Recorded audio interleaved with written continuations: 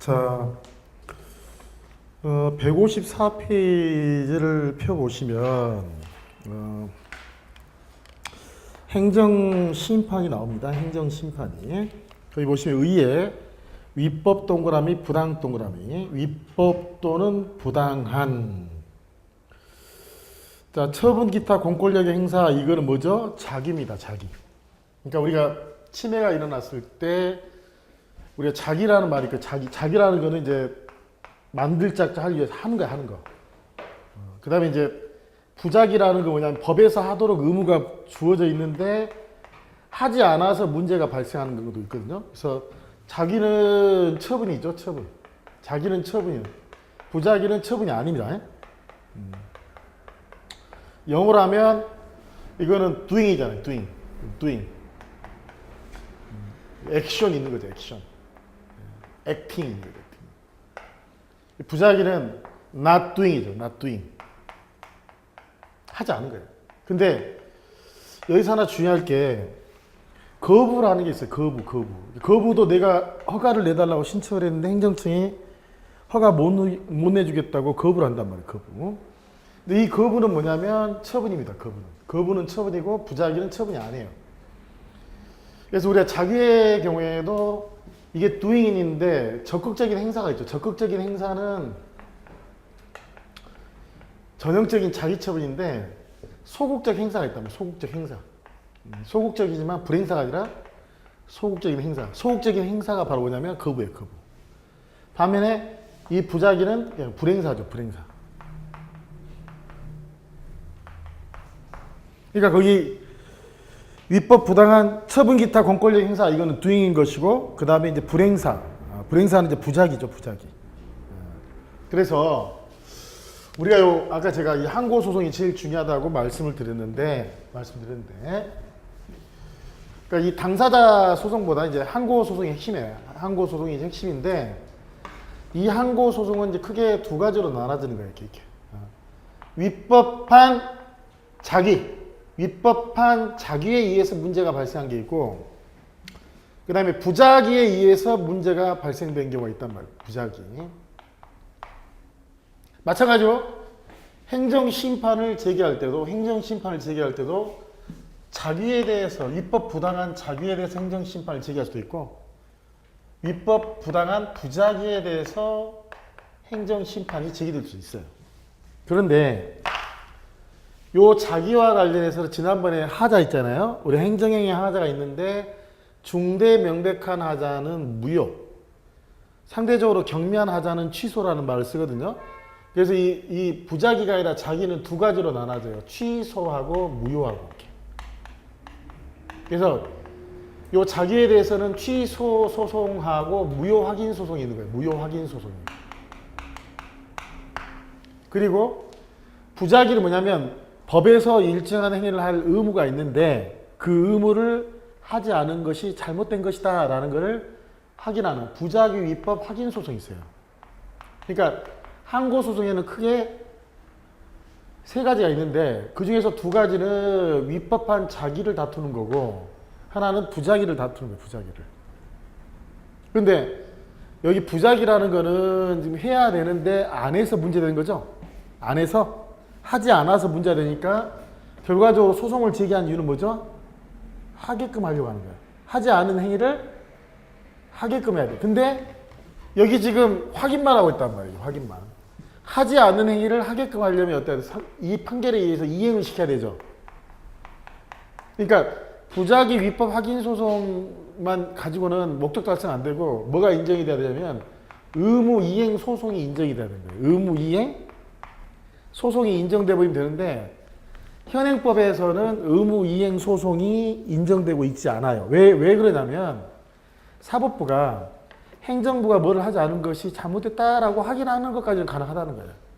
그런데 행정부 네가 잘못했으니까 이렇게 이행해 라고 하는 거는 똑같은 권력 분립에서 대등한 사법부가 행정부한테 이래라 저래라 하는 꼴이기 때문에 의무 이행 소송을 인정하는 거는 권력 분립에 저촉될 소지가 있다. 그래서 소송에 있어서는 의무 이행 소송은 인정되고 있지 않아요. 다만 지금 개정 안에는 의무 이행 소송을 인정하자고 올라가 있지만 아직까지는 의무 이행 소송은 없다고요. 그래서 항고 소송에는 세 가지가 있는데 취소 소송하고 무효등 확인 소송 그리고 부작위에 대해서는 의무 이행 소송이 아니라 부작위 위법 확인 소송이 인정되고 있습니다. 그러면 이쪽에 행정심판은 어떠냐? 행정심판. 자, 행정심판도 똑같습니다. 취소심판, 무효확인심판은 똑같아요. 저기하고. 그런데 요 부작위죠. 이 부작위에 대해서 여기는 의무 이행심판이 인정이 됩니다. 왜 그러냐면 행정심판위원회는 사법부가 아니기 때문에 행정부 내의 문제이기 때문에 상급기관인 행정심판위원회가 하라고 명하더라도 권력분립에 저촉될 여지가 없어요. 그래서 심판에는 뭐가 있냐면 이행심판이 있다는 거예요. 이행심판. 근데 소송에는 이행소송이 없어요. 이게 큰 차이점이죠. 그리고 여기 지금 아까 제가 거부는 제가 자기라고 그랬어요. 부작위가 아니라 자기라고 그랬는데 거부는요. 거부처분 취소 심판도 가능하고 의무 이행 소송도 의무 이행 심판도 가능합니다. 그러니까 거부나 부작위에 대해서는 부작위는 취소 심판 못 가요. 부작위는 오로지 의무 이행 심판밖에 안 되는데 거부는 거부에 대해서 취소 심판을 제기할 수도 있고 의무 이행 심판을 제기할 수도 있어요. 근데 소송으로 들어오면 거부는 무조건 이리 가야 돼요. 부작위는 이리 와야 되고 그런 차이점들이 있어요. 그리고 이제 이게 행정행위 쪽에서 우리가 하자가 있냐 없냐 해서 하자가 있는 것을 추려내고 하자가 있는 것을 추려내는 것에만 머물린 게 아니라 과연 그 하자가 크냐 작냐 또 하자가 클 뿐만 아니라 일반 사람들이 그 하자를 모두 알 수 있냐 없냐 해서 중대 명백한 하자인지 아닌지를 따져줍니다. 중대 명백하면 무효. 상대적으로 중대하더라도 명백하지 않거나 중대하지 않고 명백만 한다면 그때는 취소가 되는 거예요. 취소가. 그러니까 하자가 상대적으로 크면 무효라고 보는 거고 하자가 상대적으로 작으면 취소라고 보는 거예요. 취소로. 무효는 뭐냐? 민법 공부하고 똑같아요. 민법에 무효하고 취소 나오는데 무효는 처음부터 아예 효력이 없는 거예요. 처음부터. 하자가 너무 크니까. 그리고 누구든지 무효라고 할 수가 있어요. 누구든지. 너무나도 명약관하게 잘못된 것이니까 삼척동자가 다 그건 무효라고 할 수가 있다고요. 근데 민법 총칙 공부하면 여러분들 취소를 배운단 말이에요. 취소. 그러니까 무효는 누구든지 무효라고 주장할 수 있는데 이 취소는 반드시 취소권자만이 취소할 수 있어요. 취소권자만이.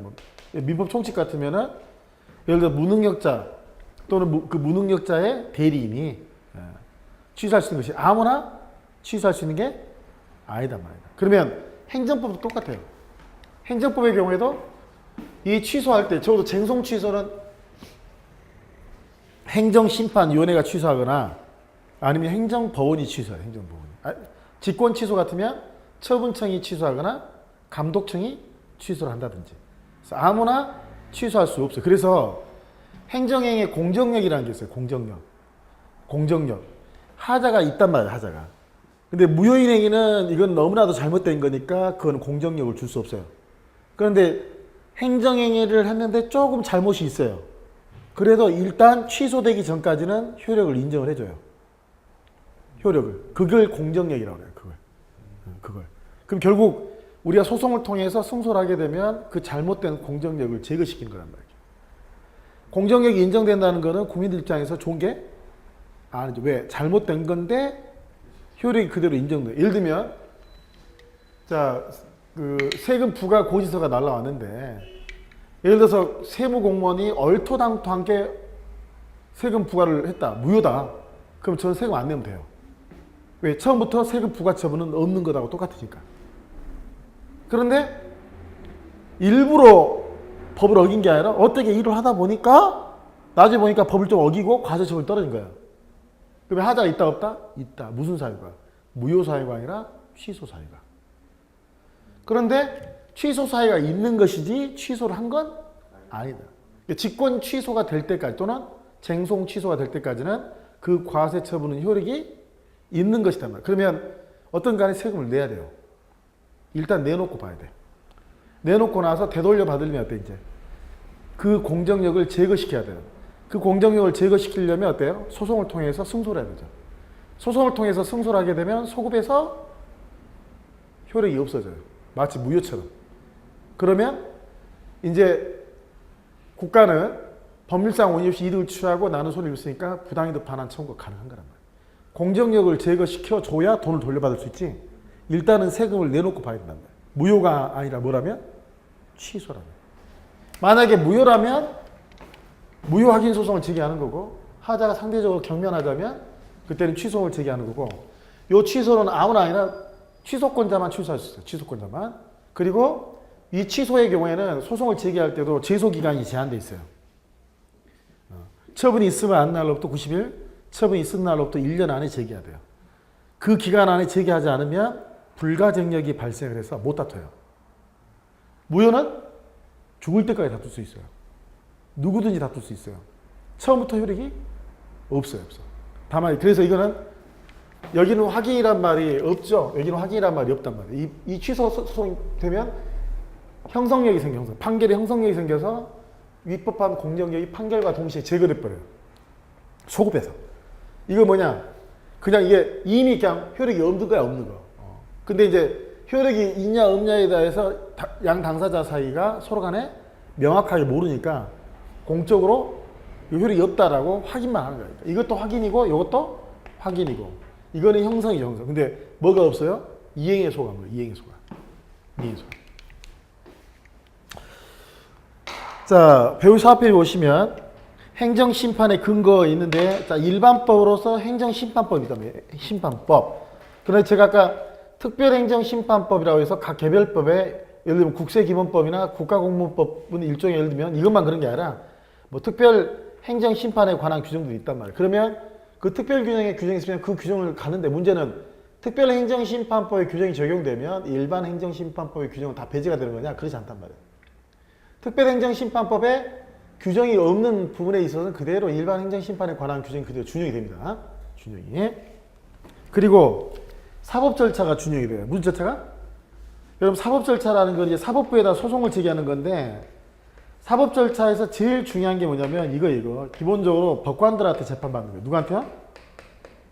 법관들한테. 그리고 대심 구조를 띱니다. 무슨 구조요? 대심이라는 거는 원피고가 있으면 어느 한쪽에 치우치지 않고 원피고의 의견을 다 들어보죠. 아시겠어요? 원피고한테 대등한 기회를 줍니다. 대등하게. 의견 진술의 기회를 대등하게 주고 어느 일방만의 의견에 대해서 편견을 갖지 않고 여러 가지 증거 제출, 주장이나 증거 제출의 기회를 주고 또 때에 따라서 양 당사자가 이게 무기가 대등하지 않단 말이에요. 누가 위에 있고 일방은 낮게 있으면은 그 무기를 대등하게 서로 대등한 입장에서 법관은 중립적인 뉴트럴이고 양 당사자가 서로 주고받고 공방을 펼쳐가는데 그때 양 당사자한테 대등한 심리적 구조를 주는 걸 우리가 대심 구조라고 한단 말이에요.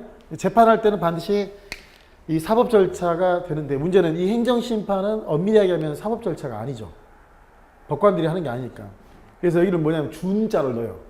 준자를 넣어서 준사법 절차라고 하는데 비록 이게 법관들이 재판하는 건 아니지만은 소송에 관한 규정, 그 소송에 관한 구조가 이 행정심판에 관한 데에도 그대로 적용이 돼요. 그래서 거기에 사법 절차를 준용한다 이 말은 일종의 법원이 하는 게 아니라 행정심판위원회가 하는 거지만 일종의 이것도 광해 재판의 일종이기 때문에 항상 우리가 그 행정심판이 종심 절차가 되면 안 돼. 아시겠어요? 모든 사건의 끝은 당사자가 원하면 소송까지 갈 수 있는 길을 열어줘야 돼요. 아시겠어요? 그러니까 어디까지나 이 행정심판은 전심 절차예요. 종심 절차라 뭐라고요?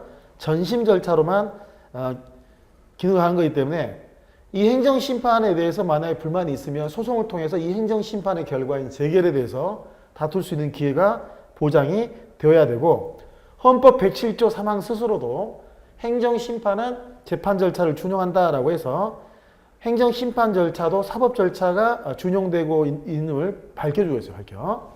그리고 통상적으로 이제 기본적으로 행정심판이 됐건 행정소송이 됐건 제일 큰 기능은 국민의 권리구제예요. 국민의 뭐라고요? 권리구제인데 또 한편은 두 번째 기능이 뭐냐 있냐 결과적으로 적법성을 바로 잡는 거죠. 위법을 잘못했을 때 스스로 그 위법 행위를 통제하는 기능도 있다. 통제. 이 두 가지 기능이 다 있는데 주로 행정심판은 상대적으로 이 권리 구제적 성격보다는 내부적인 거니까 뭐 적법성 통제 기능이 좀 강하다. 소송은 두 가지 다 기능이 있지만 상대적으로 권리 구제적 기능이 주된 기능이다. 역시 통제 기능이 있지만 그런 이야기입니다. 그래서 거기에 기능에 보면 자기 통제 기능, 그다음 권리, 뭐 구제수단 기능 이런 게 있다는 거죠.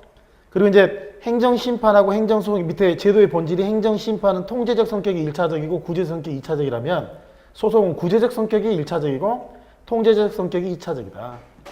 그다음 행정심판은 행정부 내부에 설치되어 있어 스스로 하는 거니까 자율적인 통제수단이다. 자율적인. 반면에 소송은 사법부가 하니까 타율적인 것이다. 그리고 더군다나 법관들이 하기 때문에 가장 여러분 공무원들 중에서 가장 독립성이 보장된 공무원이 법관이에요. 법관. 그러니까 공무원들은 신분이 상대적으로 보장이 되는데 그 공무원들 중에서도 가장 신분이 보장된 공무원이 법관입니다. 법관. 법관이 그래서 타치는 안 받아요. 근데 퇴근 못 해요. 왜? 그 사건에 대해서 자기가 판결서를 써야 하기 때문에 6시 되면 퇴근해도 되지만 그 판결 자기 일을 해야 되기 때문에 퇴근을 못 하는 거예요. 누가 강제해서 퇴근을 못 하는 게 아니라 예? 보통 판사들 10시, 11시 퇴근하는 게 비일비재입니다. 그러니까 비일비재. 왜? 누가 강요한 게 아니야. 자기가 어떤 사건에 대해서 그 분쟁 당사자들의 그 재판을 하고 거기에 판결서를 쏟아야 되기 때문에 그 책무 때문에 퇴근을 못 하는 거예요. 퇴근을. 그래서 법관들은 불쌍해요. 사실은. 법원 공무원들은 6시 되면 땡치면 갑니다. 근데 법관들은 못 가요. 집에. 물론 특별한 행사가 있거나 그러면지만 대체적으로 그래요. 대체적으로. 좋은 직업 아니에요. 소신이 있으니까 하는 거죠.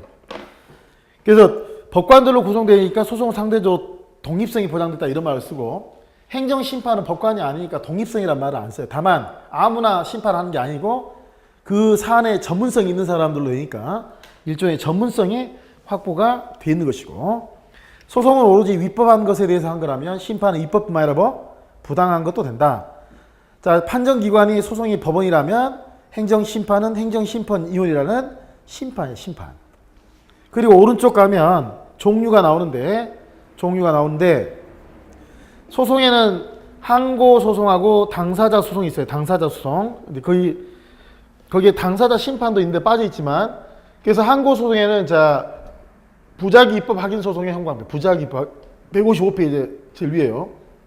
소송은 부작위 입법 확인 소송 동그라미. 심판은 의무 이행 심판 있죠? 의무 이행 심판 있죠? 그리고 이제 거부는 제가 자기라고 이야기했죠. 거부는 뭐라고요? 자기. 자, 요거는 행정 절차법 문제예요. 왜냐면 여러분 행정사 실무법 공부할 때 저는 행정사 시험 보면 붙어요. 사실은 붙어요. 근데 다른 강의 때문에 시간이 없어. 갈 시간이. 지난달에 가려고 했는데 못 가고 왜냐면 그 공무원 쪽의 강의가 파이가 더 크니까 그 책을 이제 써서 넘기면은 또 출판사에서 피드백이 와요. 뭐 교정 봐달라. 그러니까 이제 미치는 거죠. 막 계속 넘어오고. 그래서 못 가는데 거부 처분에 대해서는 아까 말씀드린 대로 자기인데 심판 단계에서는 취소 심판도 되지만 거부 처분에 대한 의무이행 심판도 가능하다고요. 근데 소송의 경우에는 부작위가 아니라 거부는 자기니까 부작위 입법 확인 소송으로 오면 큰일 나요. 거부에 대해서는 반드시 취소 소송을 제기해야 돼요. 제기. 그 다음에 이제 요 무효하고 취소인데 우리가 불가쟁력이 무효는 불가쟁력이 없어요. 제소기간이라는 게 없으니까 어차피. 취소의 경우에만 제소심판이 있다면 제소심판이. 여기는 언제든지 무효라고 할 수 있으니까 요거는 90일, 1년 안에 다퉈야 되지만 이거는 이런 제한이 없다는 거예요. 그리고 이쪽에도 지금 그 행정심판의 경우에도 취소하고 무효가 있단 말이에요. 무효가. 근데 이제 여기는 당연히 제소기간을 제한 안 받아요. 여기는 이제 90일, 180이다. 90일, 1년이 아니라 180인데 우리가 거부에 대해서 취소 심판을 제기할 수도 있고 거부에 대해서 음행 심판을 제기할 수도 있는데 자, 이 거부는 자기니까 제소기간 제한을 받아요. 근데 부작위는 의무이행 심판으로 오겠죠. 의무이행 심판으로. 자, 부작위의 경우에는 원칙적으로 제소기간의 제한을 받지 않습니다. 그래서 그 제기기간에 보면 소송 오면 취소 소송은 처분 있으면 안 나올로부터 90일, 있은 날로부터 1년. 무효등 확인 소송은 그러한 제한이 없다라는 거. 즉 불가증력이 발생하지를 않는다는 거, 않는다. 그 다음에 이제 심리 원칙과 관련해서 기본적으로 소송은요 공개 재판이야. 무슨 재판이야? 여기서 공개 재판이라는 게 일반 대중들한테 그 재판이 다 오픈되어 있습니다. 그러니까 만약에 서초동에서 재판한다 그러면 여러분들이 재판 구경 가고 싶잖아요. 그럼 재판 구경하면 돼요. 다만 거기에 뭐 200석이 있는데 200석이 가득 차면 못 보겠지만 일반 사람들한테 다 재판이 오픈되어 있어요. 그리고 기본적으로 구술심리야. 뭐라고요? 당사자가 말로 법관 앞에서 면전으로 진술할 수 있는 게 원칙이에요. 이렇게. 소송은. 근데 이 행정심판은 오히려 공개가 아니라 비공개가 오히려 원칙이에요. 비공개가. 그리고 이제 구술로도 되지만 당사자가 직접 출석하지 않고 서면 제출로도 가능하단 말이에요. 저쪽은 구술만 된다면 여기 구술 또는 서면. 그래서 심리 원칙 관련하면 거기에 이제 소송은 구두변론주의 공개주의라면 심판은 구술 또는 서면 심리고 여기는 공개가 아니라 비공개가 원칙이다. 비공개가. 그리고 이제 자 여기 소송의 경우에는 사법부가 판단을 해서 행정부의 어떤 처분을 바로 잡은 거니까 문제는 소극적인 변경은 가능하다는 거예요. 소극적인 변경은. 근데 적극적 변경이 안 돼요. 적극적 변경이. 근데 이 행정심판은 어차피 같은 기관이기 때문에 소극적 변경뿐만 아니라 뭐도 가능하다? 적극적 변경도 가능하다. 그리고 이제 그 특이한 것으로 행정법에 있는 게 여러분 사정재개라고 사정판결이라는 게 있어요. 사정재개라고 뭐라고요? 쉽게 말하면 사정을 고려해서 판단한다 이게 있는데 법원 소송에는 사정판결 그 다음에 행정심판에는 사정재결인데 이게 뭐냐면 이거는 이긴 거예요. 원고가 원래 이긴 거랍니다. 이긴 거. 이기면 원래 뭐 돼? 인용판결, 인용재결이 떨어져야 되거든요. 그 갑이 이기고 행정청이 잘못한 거란 말이에요. 근데 문제는 이대로 갑한테 승소 판결을 하게 되면 을병정무 수많은 다수인들이 오히려 피해를 봐요. 얘가 잘못한 게 얘 말이 맞는데 얘 말대로 승소를 해주게 되면 얘 말이 틀려서가 아니라 얘 하나 챙기려고 했더니 수많은 다수가 피를 봐. 그러니까 공익을 고려해서 비록 얘가 인용 판결을 받아야 되지만 기각을 해버려요. 기각을. 실질적으로는 이겼기 때문에 소송 비용은 행정청이 다 부담을 해요. 그리고 갑에 대해서 여러 가지 보상 조치를 취해주지만 이겼으나 진 판결이라는 게 있어요. 민사소송에서는 지면 진 거고 이기면 이긴 거예요. 기각 판결하고 인용 판결밖에 없어요. 그런데 행정법은 공익을 고려해서 이기고서도 지는 판결이 있는데 그걸 우리가 사정재결, 사정판결이라고 해요. 사정판결. 그래서 사정재결하고 사정판결이 있다는 게 행정법의 큰 특색입니다. 사정재결이 있다는 게 행정법에서 큰 특색이고 그래서 객관식 시험에서도 항상 사정재결이나 사정판결을 잘 챙겨야 돼요. 왜? 행정법만의 독특한 것들이기 때문에. 그리고 이제 그 사정판결은 무효 확인 판결이나 부작위법 확인 판결에는 사정판결이 인정되지 않고요.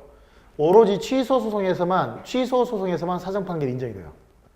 무효 확인 소송이나 부작위법 확인 소송에는 사정판결이 없어요. 없어.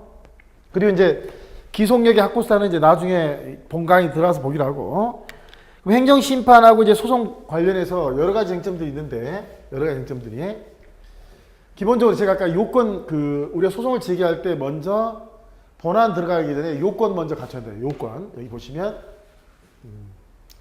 요건 심리를 하는데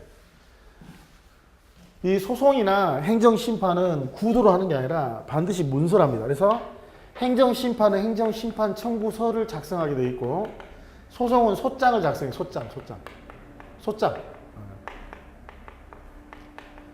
청구서가 있고 행정심판 청구서 이게 소장이에요. 그러면 예를 들어서 청구서 같으면 청구인 누구 피청구인 어디 행정청 그 다음에 뭐가 문제인지 이에 대한 청구 취지를 써요. 청구 취지 쓰고 그에 대한 원인, 청구 원인을 써요. 청구 원인을 쓰고 그 다음에 아까 중독 취직 이 네 가지의 행정심판위원회 중에 관할이 딱 정해져 있으니까 어디 귀중 쓰고 날짜 적어요. 날짜.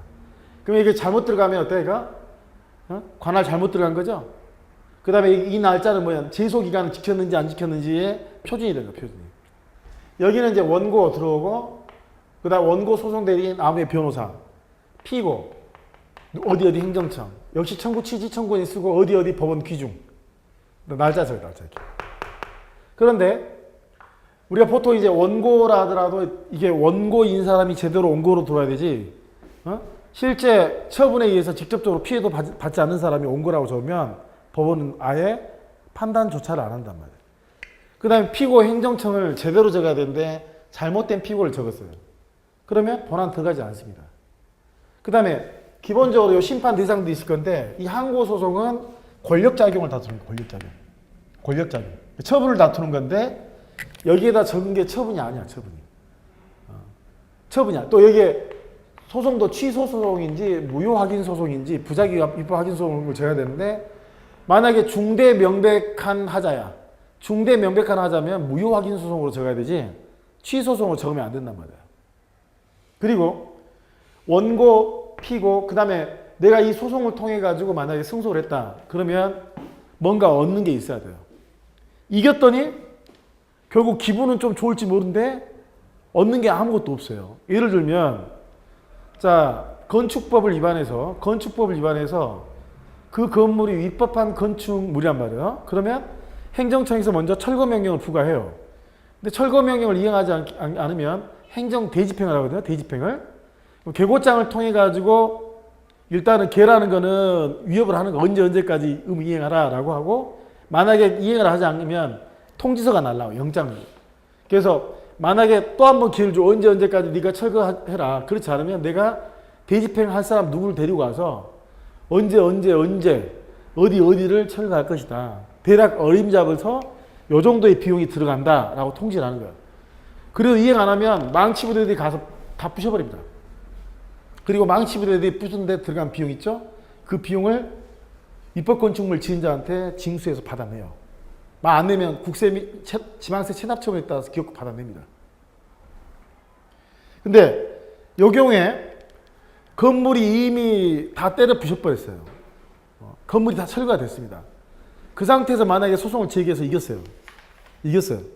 그러면 부서진 건물이 돌아옵니까?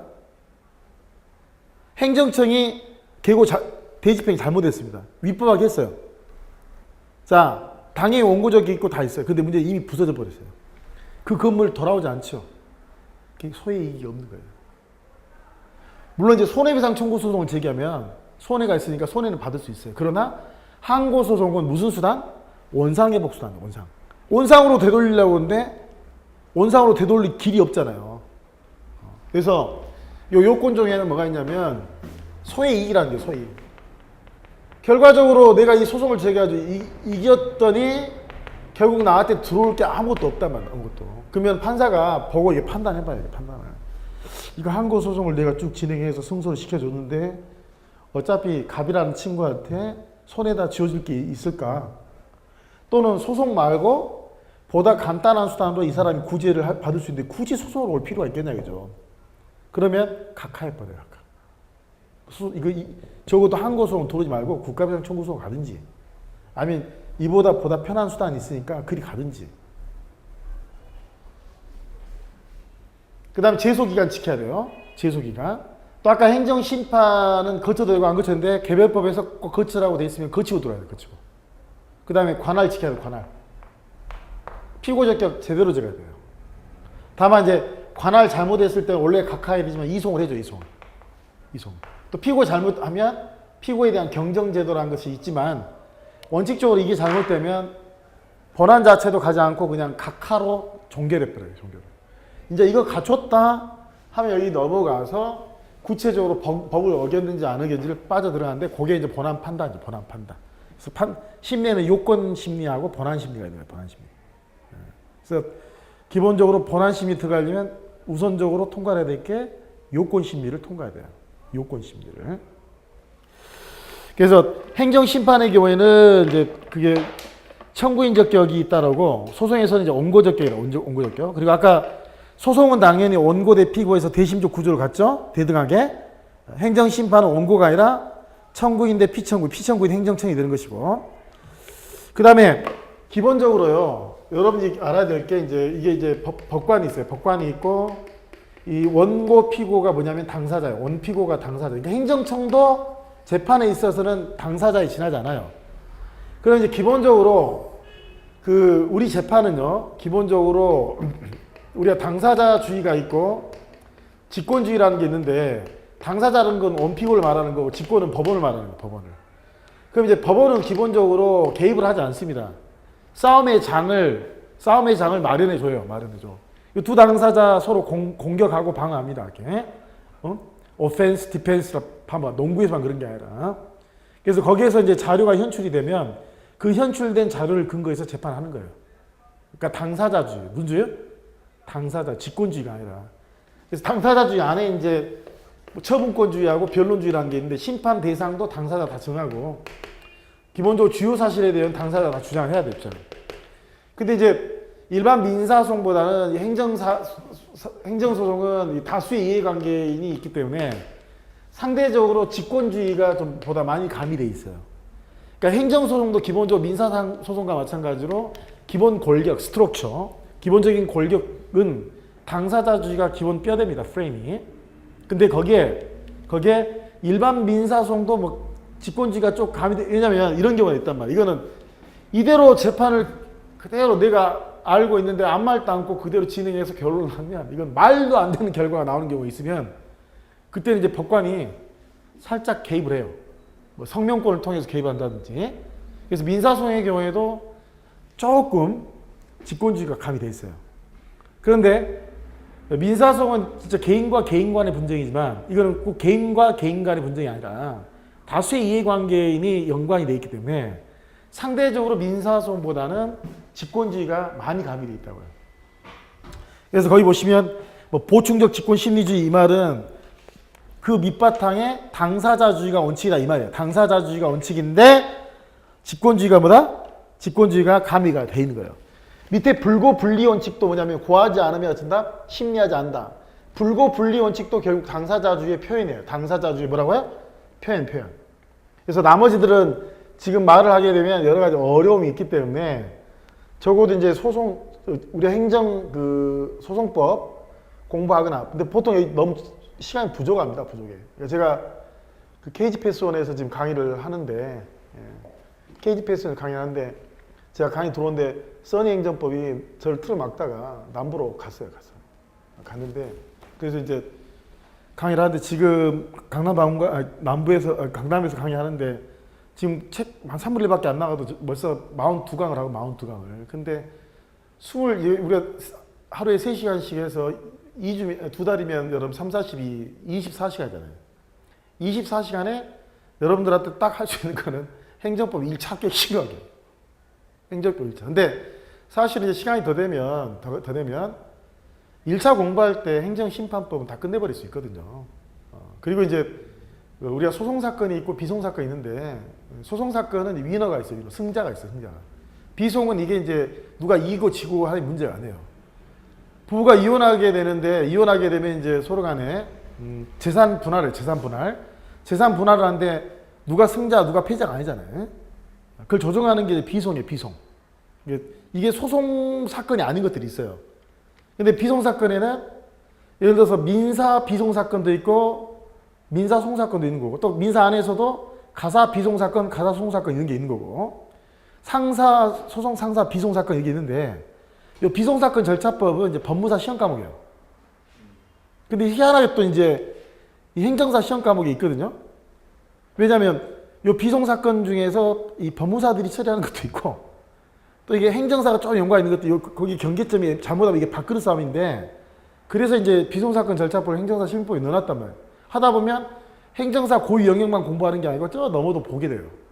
그리고 암암리에 여러분 소송을 공부한다는 거는 변호사들의 영역도 공부하는 거예요. 나는 행정사니까 행정사 영역만 공부하는 게 아니라 그 옆에 있는 인근에 있는 관계도 알아야 되거든요. 근데 다만 시험 과목은 행정소송법이 아니라 행정심판법 돼 있지만 사실은 행정소송 할 수밖에 없어요. 말은 행정심판법이라고 했지만 행정소송법을 알아야 되거든요. 알아야 행정심판 이해하게끔 돼 있어요. 행정소송법을 이해하고 거의 일부분만 다른 점이 무엇인지 이걸 파악하는 것. 그리고 이제 넘겨보면 156페이지에 행정심판에는 이제 취소 심판하고 무효동 확인 심판하고 무슨 심판이 있어요? 의무 이행 심판인 거예요. 의무 이행 심판이. 그리고 이제 157페이지 아까 항고소송, 당사자소송, 민중소송, 기관소송인데 그게 항고소송 안에 취소소송, 무효동 확인소송, 부작위법, 확인소송인데 그 중에서 제일 중요한 게 뭐다? 항고소송이에요. 무슨 소송? 그 다음 넘겨보면 당사자 소송은 처분을 다투는 게 아니에요. 대등합니다. 이 당사자 소송도 실질적 당사자 소송하고 형식적 당사자 소송이 있어요. 실질적 당사자 소송하고 형식적 당사자 소송이 있고요. 그리고 이 당사자 소송은 뭘 다투는 거냐면 공법상 법률 관계를 다투는 거예요. 공법상 법률. 뭐냐면 내가 행정 주체인 당신한테 받을 권리가 있으니 의무가 있는 행정 주체 당신이 나에게 일정한 의무를 이행해라 라고 제기하는 거예요. 그리고 항고소송의 피고는 행정청입니다. 항고소송의 피고는 행정청이고 당사자 소송의 피고는 행정주체입니다. 행정주체. 그리고 이제 오른쪽에 있는 그 밑에 있는 객관소송. 객관소송 안에 이제 민중소송하고 기관소송인데 민중소송하고 기관소송은 별로 공부할 게 없어요. 사실은. 그리고 이제 요 기관소송은 권한다툼인데 요 또 하나의 권한다툼이 권한쟁의 심판이 있어요. 권한쟁의 심판. 근데 이제 일반적으로 기관소송은 이건 대법원에다 제기하는 거예요. 대법원에다가. 반면에 권한쟁의 심판은 권한다툼이지만 헌법재판소에다 제기하는 거예요. 기관소송하고 권한쟁의 심판의 본질은 똑같아요. 본질은 똑같은데 어떤 것들은 대법원에 제기해야 되는 게 있고 어떤 것들은 헌법재판소에 제기하는 것들이 있어요. 그래서 헌법재판소에 제기하는 거는 권한쟁의 심판이고 대법원에 제기하는 거는 기관소송이에요. 기관소송. 그래서 그건 구체적인 내용은 나중에 보기로 하고 그래서 154페이지부터 159페이지까지가 행정쟁송입니다. 온상회복수단으로서 행정쟁송이고 그리고 이제 149페이지에 행정상 손해전보제도, 행정상 손해전보제도인데 그 유형에 보면 손해배상제도하고 손실보상제도가 있어요. 이게 박스 오면 유형. 그래서 행정상 손해배상은 위법이죠. 위법한 행정작용에 의해서 발생한 금전적 손해를 받아내는 게 행정상 손해배상제도고 행정상 손실보상제도는 적법이죠. 적법한 행정작용에 의해서 받은 손실을 보상받는 걸 우리가 손실보상이라고. 손실보상. 그래서 151페이지 오시면 손해배상에서는 두 가지가 있어요.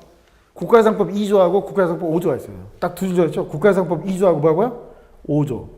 2조는 공무원의 위법한 행위 때문에. 만약에 경찰관이 경찰 몽둥이로 저한테 과잉진압을 해서 과잉진압. 그래서 머리통이 깨졌어요. 2조. 5조는 사람의 행위가 아니라 신호등이 고장나서 사고가 났어요. 신호등이 영점물의 관리하자로 손해를 입었을 때 제기하는 게 국가해상법 제5조의 책임이에요. 그리고 넘겨오시면 손실보상 있고 손실보상 153페이지 오시면 근데 이 손해배상하고 손실보상이 완벽한 게 아니라 사각지대에 있는 것들이 있어요. 손해배상하고 손실보상 가지고 해결하지 못하는 것들이 있는데 그게 오른쪽에 153페이지입니다. 현 손해전보제도의 보완제도예요. 무슨 제도요? 보완제도. 그래서 현행법이 완벽하다, 완벽하지 않다. 현행법이 완벽하다, 완벽하지 않다. 완벽하지 않아요. 완벽하지 않은 부분에 대해서 논의가 있는 것들이 수용유사침해보상, 수용적 침해보상, 희생보상청구권, 공법상 결과제거청구권 이런 논의들이 되는 겁니다. 그래서 크게 행정구제는 사전적 구제하고 사후적 구제가 있는데 사전적 구제는 청문하고 행정 절차 정도 있다가 가볍게 넘어가는 거고 주로 시험은 사후적 구제제도 나와요. 사후적 구제제도에서. 그래서 보통은 행정심판, 주로 행정소송에서 한 두세 개 정도가 꼭 나오고요. 그 다음에 손해배상이나 손실보상에서 한 개 아니면 두 개 정도가 꼭 나옵니다. 그래서 행정쟁송하고 그 다음에 그 손해전보제도에서 4문제 정도에서 한 5개 정도가 나올 거예요. 20문제 중에서 한 최소한 4문제 정도는 1차 시험에 출제가 되고 2차 시험에 있어서는 국가배상하고 손실보상은 꼭 직접적인 연관이 없다. 그러나 행정쟁송하고 행정소송이 행정실무법과 관련해서 기본 지식이 되기 때문에 열심히 공부하셔야 돼요. 열심히. 자, 요걸로 해서 이제 4주간, 그러니까 12회죠. 12회. 12회에 걸쳐서 행정법 총론 있죠. 행정법 총론에 관한 아웃라인을 이제 봤습니다. 보다 디테일한 구체적인 내용들은 다음 달부터 실제 이제 객관식 시험을 타겟으로 해서 보도록 하겠습니다. 자, 수고하셨습니다.